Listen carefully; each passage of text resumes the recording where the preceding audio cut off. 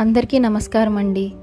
ఇంకా మన కథలోకి వెళ్తే 8వ సంతానం దగ్గరికి వచ్చేసరికి శంతనుడు దుఃఖాన్ని ఆపుకోలేక, దేవి ఇక చాలు, నా పిల్లలను ఎందుకు ఇలా బలి తీసుకుంటున్నావు అని గంగాదేవిని ప్రశ్నిస్తాడు.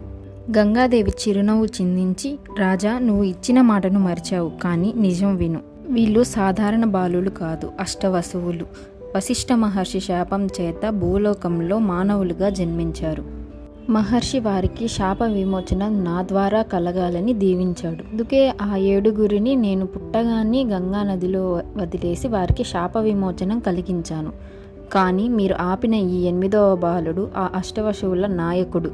ఇతను తరాలు తరబడి ధర్మాన్ని పాటిస్తారు. ఇతన్ని నాతో పాటు తీసుకొని వెళ్తాను అని గంగాదేవి ఆ 8వ బాలుణ్ణి తనతో పాటు దేవలోకానికి తీసుకొని వెళ్తుంది.